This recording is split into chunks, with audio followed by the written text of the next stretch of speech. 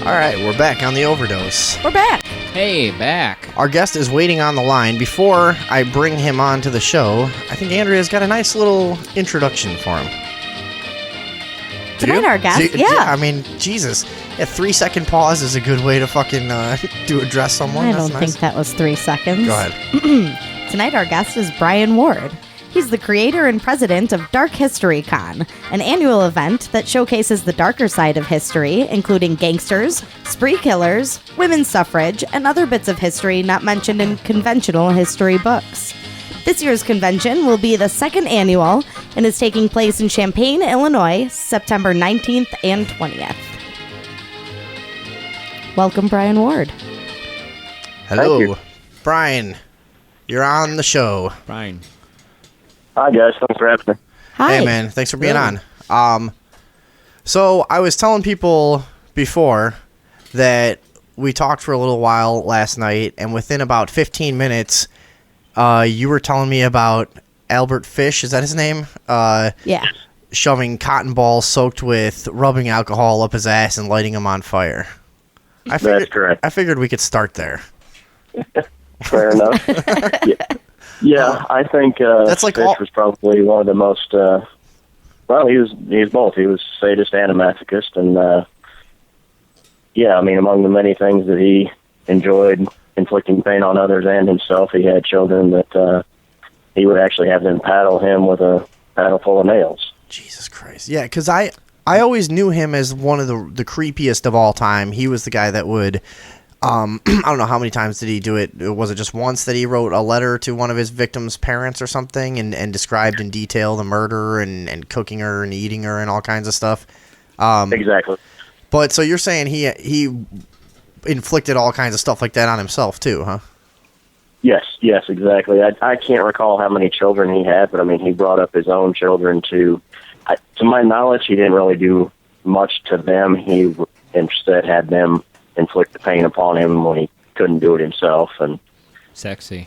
Yeah. I don't know that it's known exactly how many victims he might have had. Grace Budd being the most famous one. That's the one that got him caught, and I believe she was 12 years old. And yeah, he essentially got away with it, I think, for the better part of a year, and then wrote that letter to her parents just because of how sadistic it was. Just to be thorough. Yeah.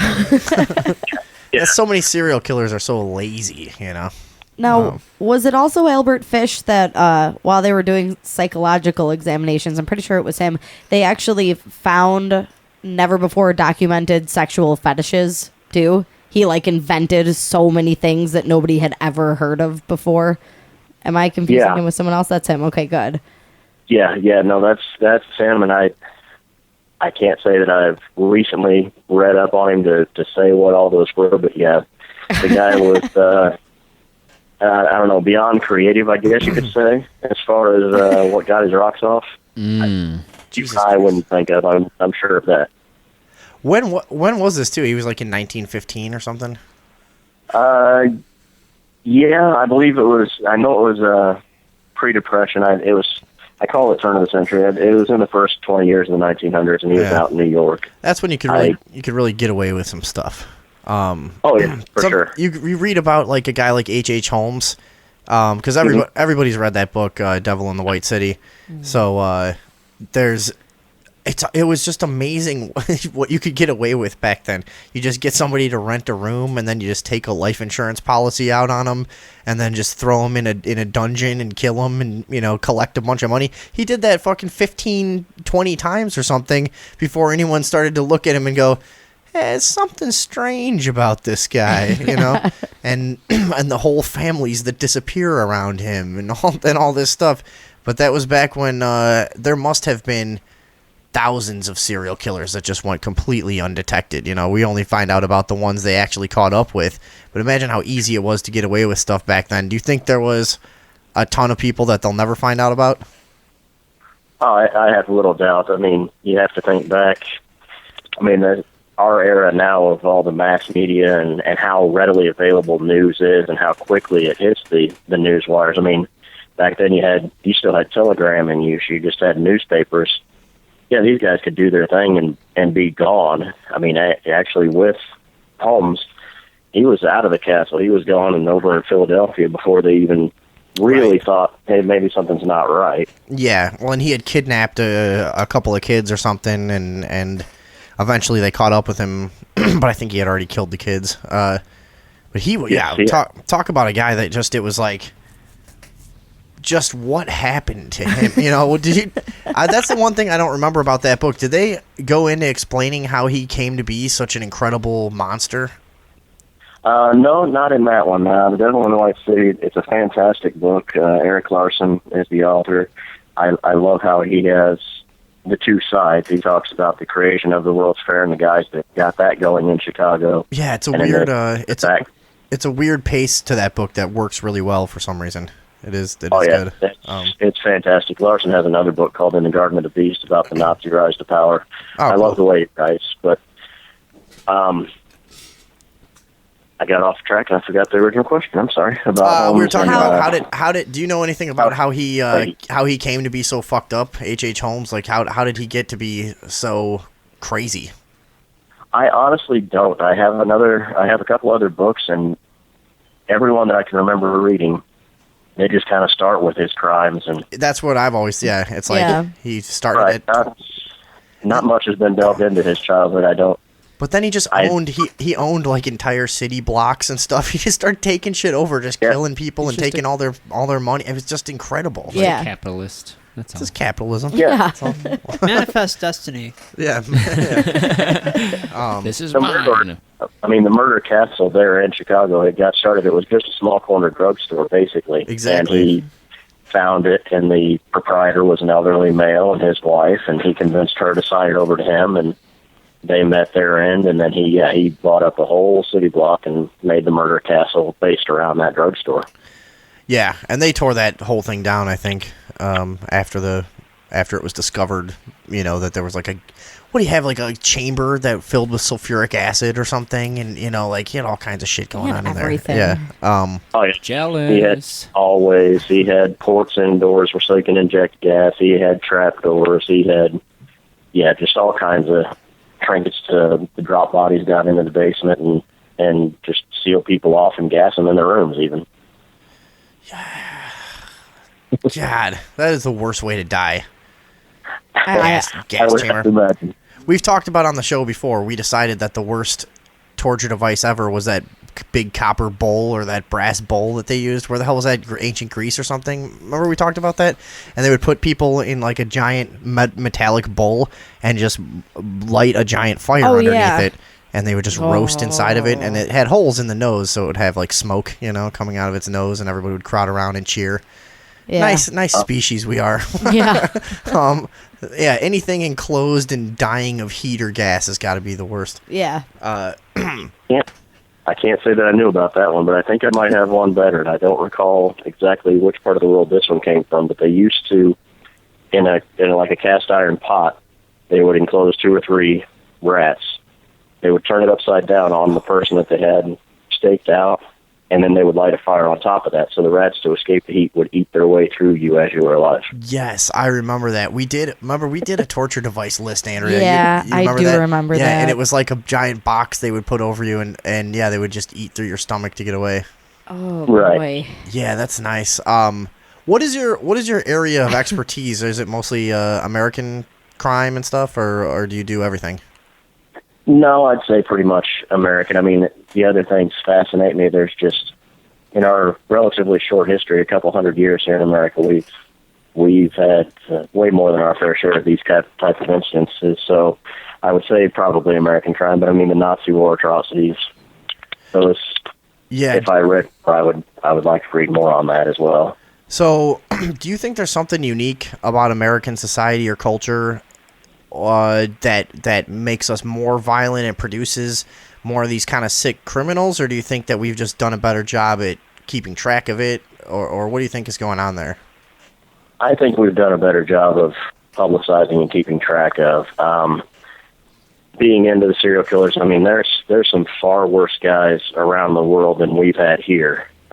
Pedro Alonso down in South America killed a couple hundred kids, and they don't have the death penalty down there. He's out of jail. Yeah, he's out of jail. He couple hundred victims, and he was out, I think, after 7 years or something like Yeah, that. right. Must and be he's good behavior. right. Yeah, you had that's some insane good behavior you need to be pulling off Yeah. in there. Oh You're, my God. yeah. you're He was a class act. you're performing religious miracles. Nice They're just guy. like they're taking days off, just rolling back the calendar. Yeah. So- Cleaning the toilet with the toothbrush and Yeah, he was like a just roaming small town to small town, abducting small kids and killing them, but torturing them too. I think just a fucking an animal maniac. Yeah, he was known as the monster of the Andes. So yeah, I mean he was something else, and I can't remember. Somebody had worked out the math. It was something like a couple hours per victim is what it equated to, is what he got jail time. You know, a couple hours per Couple person. hours that he per killed person was- he killed. Oh my God. Christ. Yeah. So there's far worse ones around the world. A lot of people know Andrei Chikatilo when Soviet Russia was still Yeah, a well, big thing. And They they're now believe, that's an private American citizens and problem. writing That's their not memoirs. a Soviet problem. So that's how he got away with 49 or 50. yeah, because Russia always had that thing of we don't have our culture doesn't produce serial killers. That's a product of Western decadence. You know, Exactly. so they would refuse to admit, and they would purposely not connect crimes. You know. It was, Yeah. yeah, that's a great And even example. blocked investigators from speaking with the FBI. They requested a number of times. The investigator asked, "Can I consult the FBI?" No. No, no, he's separate cases. Let's not look into. Now, so I don't know. I go back and forth. To me, it seems I think there might be something to that idea that that like our culture can produce some really violent people. You know, and there's the obvious ways, but then there's stuff like a lot of serial killers have been like sexually repressed. You know, and do you find that link in a lot of people who become like insanely violent and creepy, that they were somehow through like either religion or maybe an abusive parent or something? There seems to be that really common tie of like sexual oppression leads to this insane fucking behavior, right? Yeah, in a number of instances, yeah, that's definitely been the case. And I think that's what fascinates me the most about that kind of activity, is because in some cases, in some very well-known cases, that has been one of the main driving forces. But in other ones, they've gone back through their history and not really been able to find anything of any major significance, but yet they turned out to be these extremely deviant people, and that's what's always fascinated me about it all. Jeffrey Dahmer is a perfect example of a guy who goes, hey, there was nothing fucked up. My parents did a good job. They made enough money. We had a good house.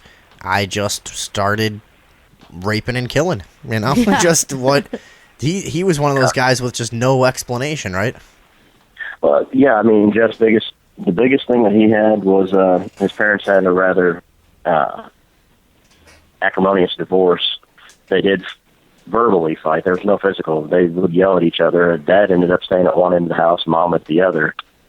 There was a little bit of, I mean, obviously it was cold in the household. Yeah, we had that at our house, though, too. You know, Yeah. it was like a lot of people Big have that. whoop. Yeah, we had that going on, and I've killed like not even half the amount of people Jeffrey Dahmer has. No, But it's something you can definitely strive less for. than half. Yeah, definitely right around half. But I don't rape them. Yeah. Deplorable. Come on, get the lead out, dude. Yeah, so And certainly not raping them after they've been dead, right? yeah, exactly. You don't know what you're missing. Where the hell were we there? I'm sorry, just derailed that. No, we were about causes and effects and Yeah. things like that. I mean, obviously, I'm sure you guys are familiar with Ed Kemper. Yeah, his mom was a tyrant. I mean, women are whores. Don't do this. Don't do that. Ed Kemper, Yeah, was he the guy in Wisconsin? No, that was Ed Gein, is Wisconsin. Oh yeah, okay. There again, that was, I mean, a religious zealot mom that. Who was it? No. Who was Ed Kemper? The co-ed killer. Co-ed killer? Yes. Oh, Yes, out in in Chicago, the guy that killed like 8 guys or 8 girls or whatever, nurses. No, that was Richard Speck. Richard Yeah. Speck. Sorry, too Okay, many no. killers.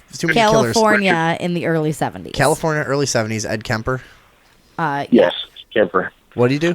And if you guys are, I assume you're probably movie fans like myself. If you remember in the beginning of Lost Boys, when they're going past a billboard, I think it was San Jose, and I could be wrong, it could be San Clarita, but either way, El Segundo. on the back of the billboard it says murder capital of the world. That actually came from the mid-'70s. Kemper was killing at the same time in the same area as Herbert Mullen, and I forget the third guy's name. There was actually 3 active serial killers in that same city in that same time span.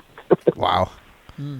That is a bummer. What if they fight like coyotes over their territory? I I think would they would more move like exchange immediately. notes and just like give each other like advice. It's like, well, Yeah. try and do it like this way, and don't put as much effort on the wrist. Speaking Yeah. speaking of California, Here- Sorry, go ahead. sorry, no, I was gonna say the one that always stuck out in my mind in that area was Richard Ramirez. Because of the descriptions, because he had a few people that got away, and the descriptions of him were just so horrific. Like he just had rotting teeth, and like smelled from like 6 feet away and stuff, and was just an absolute fucking demon. That guy was nuts, and that's where actually I was born, in the neighborhood where he was murdering. At the time that he was murdering. Yes, you were. So I like to call myself a survivor of that situation. I think that's a fair assessment. I mean, people that in New York, when the Son of Sam was going on, they all considered that. I mean, the city is gripped in fear. Everybody is afraid of everything. I don't think it'd be out of line to say you're a survivor of that time and place. Have you ever heard of the theory that the Son of Sam murders were committed by a cult and not just one person? Yes, I have. I haven't read much into it. I do have a few articles on it. It's been a number of years since I read them, but yeah, I know that's something he threw out there. Yeah, it was one of many. It was one, and I'm kind of the same way. I don't remember the details of it, but I'm recalling that when I did read into it, it was pretty convincing. I'm like, wow, there is a pretty good case for this. Have been more than one person who then was either like brainwashed to take the fall or something, or in some way was socially subservient to them that he took the fall or whatever, I don't know. But it seemed to make a lot of sense to me at the time. I guess we can't really speculate on it if we don't know anything more. Andrea, are you going to try to find something on it? Or? Yeah, he, in the mid-'90s, Berkowitz amended his official confession, to claim that he had been a member of a satanic cult that orchestrated the incidents as ritual murder. So he officially changed his statement to say that. The satanic cult is called the United States Postal Service. Right.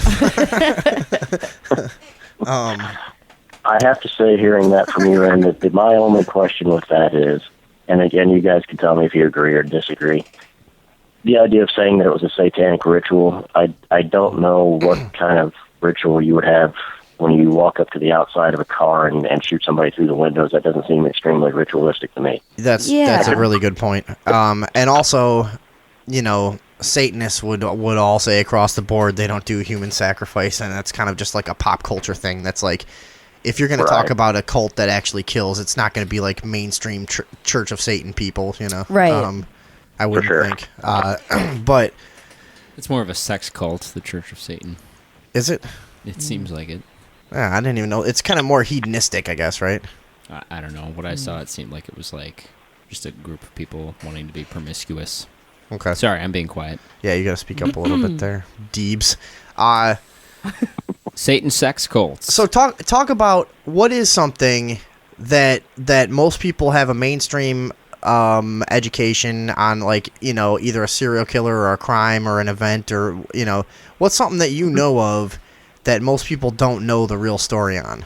You know what I mean? Is there something that stands out to you in your research that you go, man, people really don't understand the way this went down, and the mainstream view on it is totally off? Can I switch from serial killers to a different event? Yeah. Okay.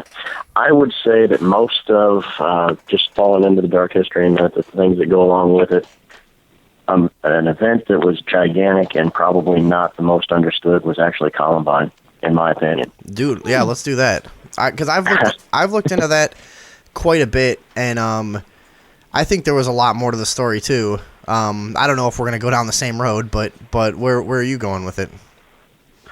I would highly recommend Dave Cullen's book titled simply Columbine, and at the same time, one came out by a gentleman named Jeff Cass. It's Kaas, and I believe his is called A True Crime Story or something to that effect, but it also has Columbine in the title. What Cullen hits on in his book is everything that got reported as fact was basically a bunch of scared kids coming out, the media was descending on the place, and they just repeated what they had heard going around the school. And it started to get reported as fact, and it's been accepted as fact. Just the role of the media and how it basically shaped, here's the story, and this is what the story is, and people just took it and ran because that's what we do. Well, and that anytime there's a school shooting, there's two political agendas that spring up immediately, and everybody goes into action with their version of the narrative. But so, what do you think? What do you mean about what exactly was going down that people don't understand as far as Columbine goes? As far as Columbine goes, the trenchcoat mafia and the goth culture. Actually, one of my guests, Corvus Nocturnum, is going to be speaking on goth culture and what it really is, and relating it to Columbine and showing this is what goth culture truly is, as opposed to what it was reported to be as it pertains to Columbine. I think when the dust settled and years went by, they talked to people that were actually in the trenchcoat mafia, and they said Eric and Dylan were never members. They were fringe members at best. They liked the look of the Long Dusters, so they bought them on their own. They weren't really friends with any of those people. So that was a big style back then, and I don't know, like, a lot of people might not have called themselves goth, but may have been influenced by that kind of thing or whatever, and it was generally people who were sort of lean towards, like, peaceful anarchists and stuff. It wasn't that kind of group was never associated with violence, from what I remember growing up and stuff. Yeah. And I think that's totally rational to look at it like, yeah, that was just a demonization and a way to fucking divide people and sell advertising and and all that shit. Yeah, I'm not surprised to hear that at all. That they were just trying to blame a cultural phenomenon. For sure. What do you think about the I think they were both on antidepressants, right? Correct, yes. So what do you think about the ties to antidepressants and serotonin reuptake inhibitors in school shootings? I think it's a valid point. I truly do. I mean, most of these drugs are drugs that you have to slowly build up the dosage they want you to be on, and they don't throw you right on the dosage that you take. So I believe most of them, you get to that dosage over a week. And then when you are taken off of those drugs, they want you to wean yourself off of them, too. You don't quit cold turkey because of the possible side effects. Yeah. There's a lot of, for ADHD and things of that nature, I think there's a lot of good that can come from these prescriptions and these drugs, but I think it's so new that even today, it's so new. I don't know that you can know what goes on in a person's brain. We're all individuals. Everybody's brain is different. How those chemicals are going to react in the brain, I think it's something that you are playing with fire. I think there's some validity to that point. Especially when you look at the politics behind pharmaceuticals and you're trying to mass apply one medication for an extremely wide range of psychological conditions. It's really dangerous, and that's the thing. With any school shooting, always springs up the was it Marilyn Manson? Because the music they listened to? Was it the rap? Was it the heavy metal or the trench coats or the this and the nail polish? And they were made fun of, and they were it seems like the media tends to really try to kind of run interference in those cases and misdirect from the really strong ties.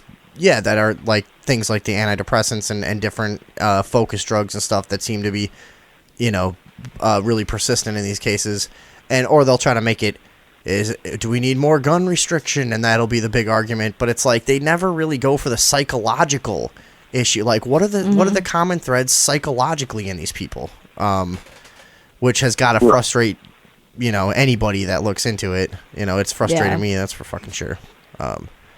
Yeah, it's I hate to say it, but it is our human nature. They just look to place blame on the most obvious point that they can. Sure. A lot of media, and obviously I don't consider what we're doing to be mainstream media. That's why I love talking like this, because we can talk freely and we can use our minds. We don't have our talking points that we got to hit on. Yeah, but a lot of the mainstream media seems to be that. The biggest reason that you can be free right now is there's no one listening. Don't worry. So we're totally fine. But with them, it's got to be the antidepressants. It's got to be the guns. It's got to be this. It's almost like they're afraid to place blame on the shooter because, hey, they're a kid. They're 17 years old. How can we blame them? Sometimes you just can. I mean, no, I don't know that there's anything wrong with that. That's true. We have a culture that coddles people, and we've decided, hey, until you're 18, you're not a person. Your decisions aren't your own. Yeah. Someone else is responsible for you. When the reality is, that's true. They're going and making the decision, and we are removing ourselves from that and going, there has to be some other explanation. There has to be. People don't just do this. It has to be an outside influence. Adding on to that, I've noticed kind of this common thread that a lot of these serial killers and school shooters tend to be young, sexually frustrated, misfit young men. Yeah. Which makes me wonder that the next time I see a bunch of guys playing Dungeons and Dragons, they just haul them in for some questioning. Yeah. Well, they better watch out. They might be a 17 in dexterity. We found the suspects. Yeah, just look for the guy with the elf ears. Yeah. Yeah, exactly. Yeah, some of these conventions that we're going to be at would be a great place to find some serial killer suspects based on the sexual frustration theory. Sometimes the answer. I like I said before, we love all of our weirdo guests that we have on, and you're probably the least weird guest we've ever had on. Yeah. But we love all of our. We're like. Our paranormal investigators and metaphysical types and psychics and stuff. But, they are a large group of weirdos. Yeah. It's this very, very nerdy group we run in. Weirdos we like. Yeah, but they're ours. Yeah. That's great. What is the aim of your whole operation? You kind of seem to be passionate about getting the real story across in a lot of these cases. That seems to be kind of your thing, right? It is my thing, yeah. Get the real story across. We need to remember there's a lot of places that like to glorify these guys. I mean, there's a lot of hero worship that goes on. I get that side of it, but that's not something that I 100% agree with. Mine's more the psychology behind the events and the victims of these crimes. I mean, I've always had this thing, being from Chicago and from kind of an Italian family, not too bad, but kind of. There's this glorification of the mob here, and anybody from here can. I mean, if I ask anybody in the room, can I get a poll? Everybody agrees. I think it's like there's a major glorification of the mafia and the Italian mob here. When what people tend to fucking forget is they were killing and ruining lives left and right to get what they wanted. There's the cowboy romantic side of it that is kind of cool regardless of who you are. It's kind of cool to be Al Capone. Fine, I get it. Yeah. But it's this thing of there's this detachment where it gets to be too much about like the story and the voyeurism and you tend to forget, hey, there was small shop owners extorted left and right for protection money that they shouldn't have had to pay, and people taken advantage of all over the place that weren't, that weren't even involved in stuff, in like whatever, Yeah. you guys can help me I know get out of this loop of just endless talking. talking. Lost his hold was the St. Valentine's Day Massacre. Everybody was content to look the other way. Yeah. Until that happened, and then everybody was just outraged and realized, hey, we've kind of been in bed with the devil for a little while, and that was the end of his goodwill in Chicago, and ultimately led to his downfall. I mean, obviously we know the whole story about tax evasion and everything else, and he never got convicted of any murders or any violent crime. But right. Yeah, you can kill a man in Chicago, everybody but you turned can't pay your after that event. taxes. Yeah.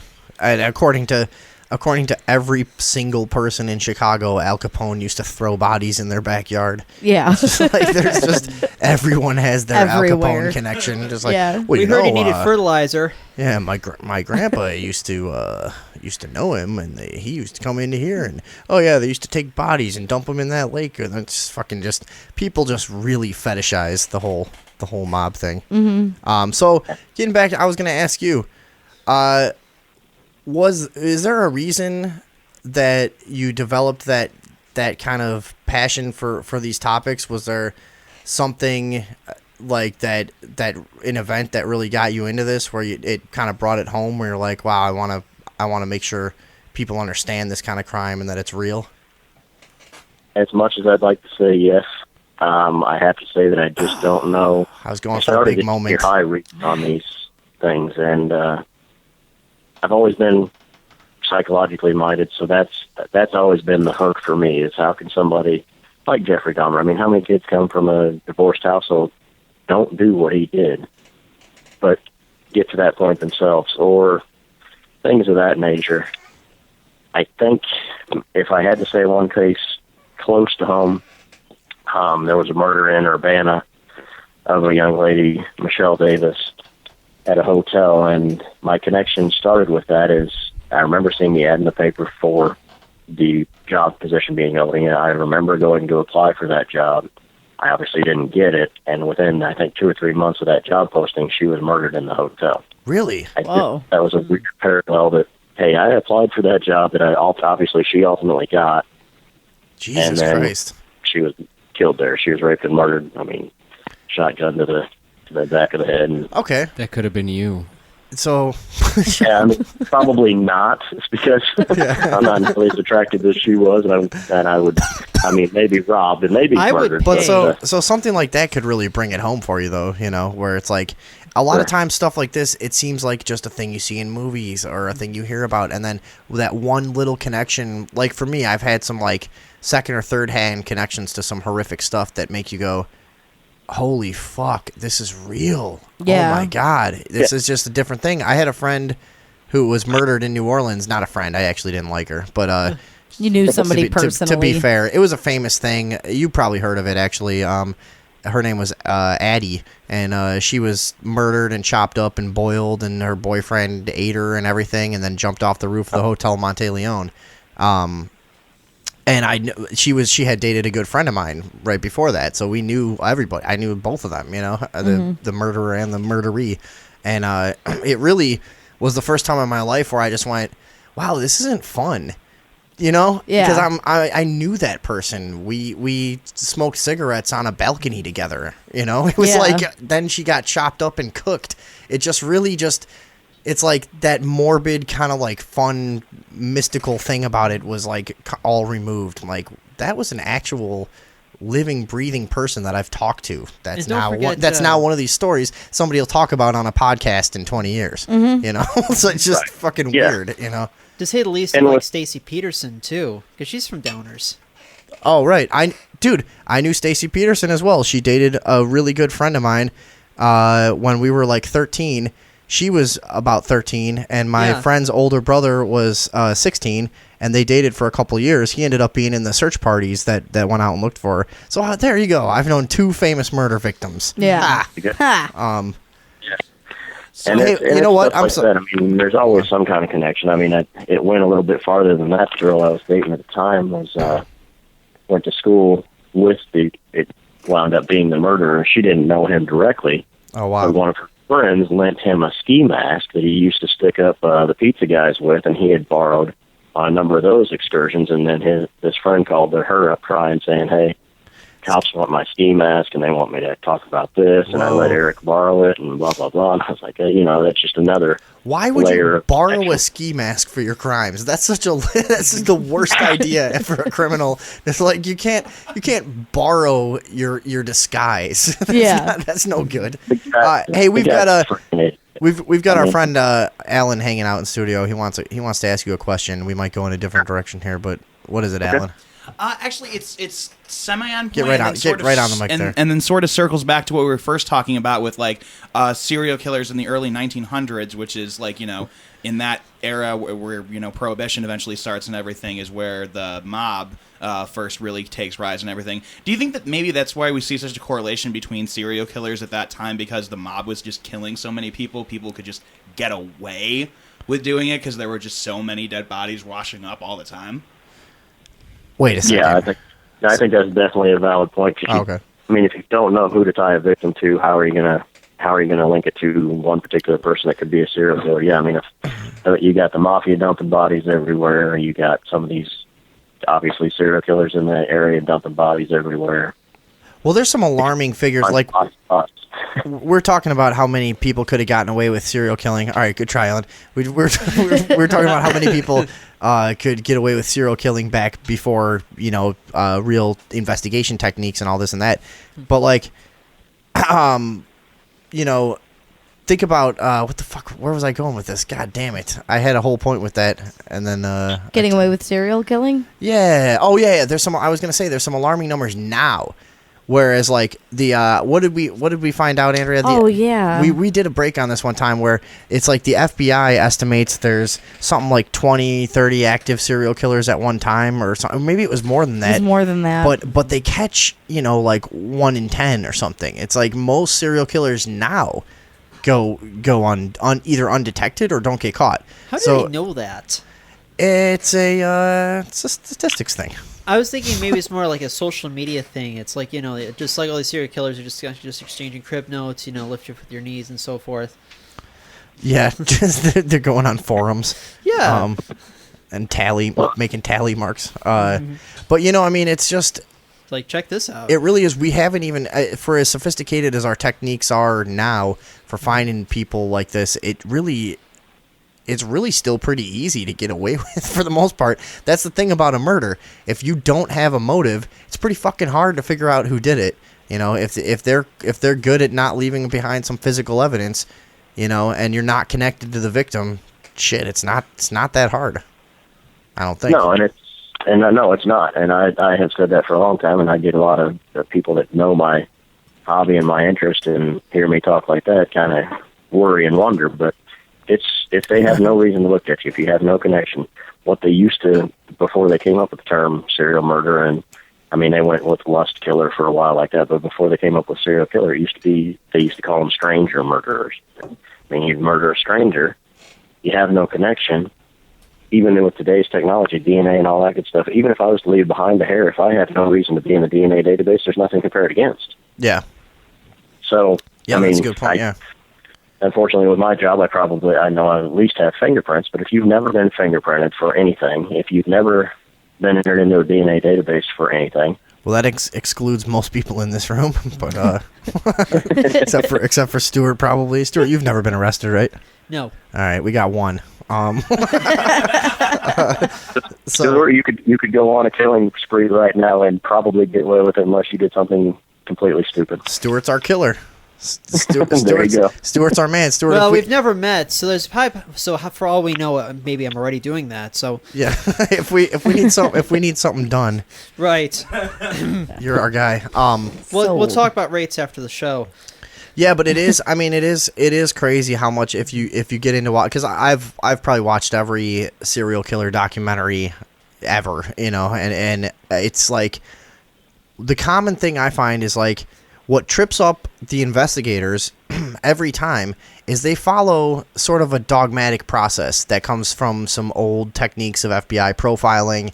And when they stick to all that stuff, they never catch serial killers. Like it takes a while to figure out which murders are connected and this and that. But they always have this process of going like, well, let's see, she was a 26-year-old brunette, which means she was killed by a young white male who was this and that. And it's like, really, you know how easy it is to get away with being a serial killer? Kill people who aren't your own race.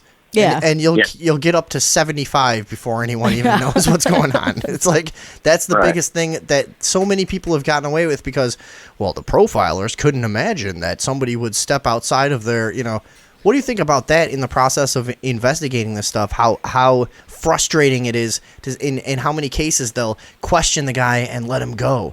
You know, how many times that happens because, well, he doesn't fit the profile. They don't usually do it like this, and maybe he changed up his methods a couple. And it's like they just follow these basic cookie cutter methods of investigation, and so many serial killers slip right through, right?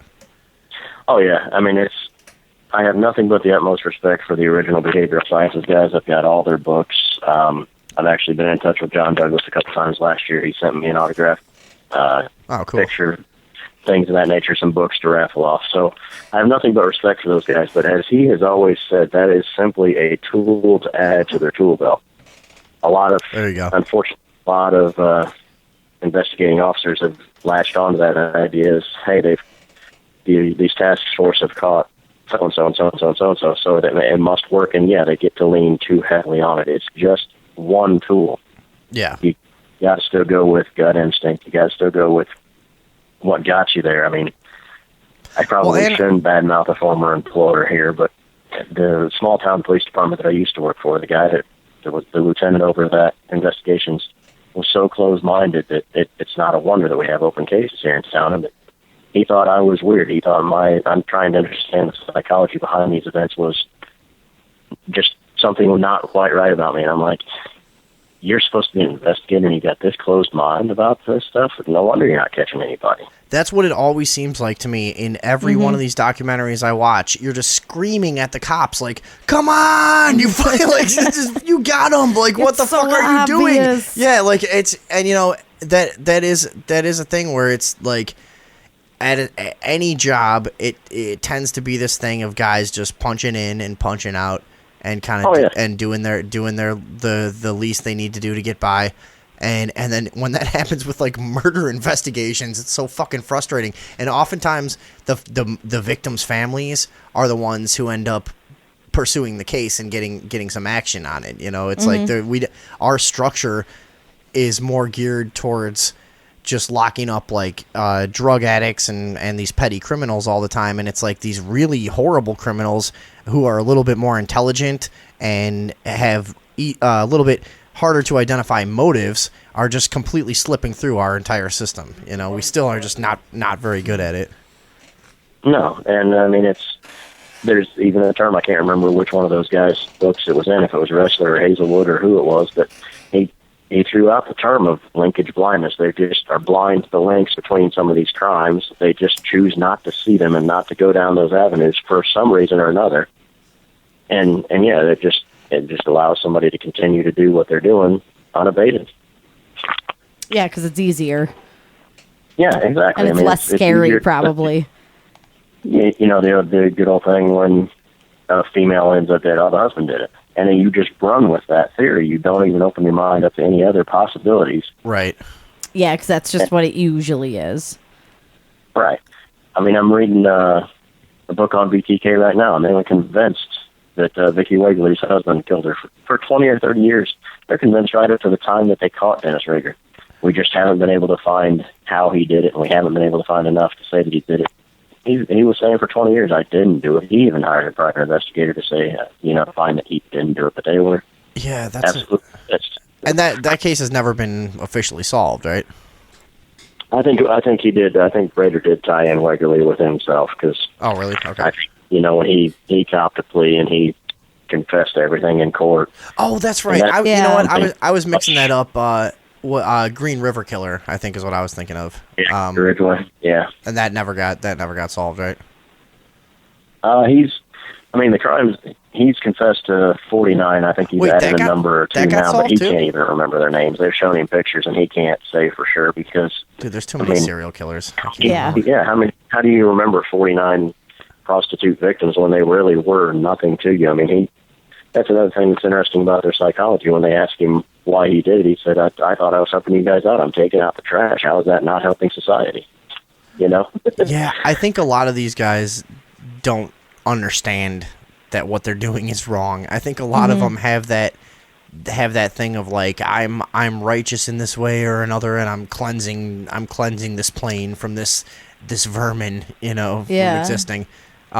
He was exactly that way. And another interesting point about him and the way his mind works that I've always thought was interesting is they asked him during some of the questioning, Gary, did you ever rape any of these women? And he got downright pissed off and couldn't believe they would ask him about that. And then he basically said, no, I would never rape a woman. That's illegal. Dude, you just killed 49 women and had no problem with it. In his mind, rape was a bad thing, whereas murder's, who gives a shit? So man, well, we're right up against the next break. We got to go. This time flew by, but the last thing I was gonna say, and Sure. this might be a dud, but just to throw you a Hail Mary, what do you think about Jack the Ripper? And have you seen like the recent theory in the past 5 years or so that he came to the United States and continued murdering through like New York, down the East Coast, and eventually into Texas? Oh yeah, I recorded all of those shows, and there again with not having the press and everything back then, I could see how you could fake a name on a ship ledger, come across seas and do your thing. The case was Jeff Budget has its book out there called Bloodstains, where he's saying that H.H. Holmes was Jack the Ripper. Whoa. Oh. Yeah. Whoa. Does the time work out on that? What's that? Does the timing work out on that? I believe so. I have to look at the years again. Forgive me for not knowing them off the top of my head, but yeah, I believe that. That's interesting. We'll look that up. That was another one where I think the recent theory is that the guy was an upholsterer in London, and whatever, the guy they think that it was did all these murders and stuff, and then under a fake name got passage on some ship to New York, where these identical murders to Jack the Ripper started popping up through New York and then down the East Coast and then across the plains all the way into Texas. There's a string of murders that were like copycat from Jack the Ripper, and it really looks like he came over here and kept going. I did not realize he extended to Texas. I did see the one in New York, and the victims that they listed off in New York were certainly very, very similar, and I could certainly believe that would happen. I really can. Jack the Ripper was killing in 1888, and H.H. Holmes was killing in 1893. Oh, man. There you However, go. it is recorded that H.H. Holmes was born in Gilmanton, New Hampshire. Oh, okay. So, but who knows? Yeah, but He with might his have fake but papers. H.H. Holmes was all about faking documents Yeah. and creating new identities. That's all he fucking did. So who knows? Yeah. Maybe that's why he has there's no story about like before he started committing crimes. Yeah. Right. Yeah, I mean, dude, that's Because he was Jack the Ripper. if nothing else, definitely really, really entertaining food for thought, as was this entire conversation with Brian Ward. Dark Histroy Con. Andrea, do the plugs one more time for Brian before we let him go. So we've got Dark Histroy Con, which is going to be happening September 19th and 20th at the Fluid Event Center in Champaign, Illinois. I have posted a link to the event page on our Facebook. You can also check them out at darkhistorycon.com. Some really cool photos on there. You kind of meticulously document your excursions, which I like. Yeah, it's some really There's some cool cool stuff. We photos on were there. checking out the site last night and having a good Yeah.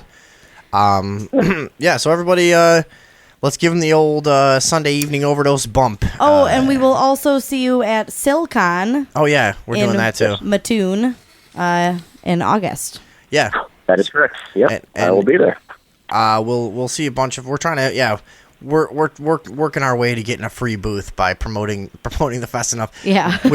We're not asking. Fingers crossed. We haven't asked yet. We've just No. been talking about it on the show like classless slobs. Yeah. I mentioned to you guys last night when we talked. You are welcome to join us. However many of you want to come down, there's going to be a charge for you. I'd love to have you.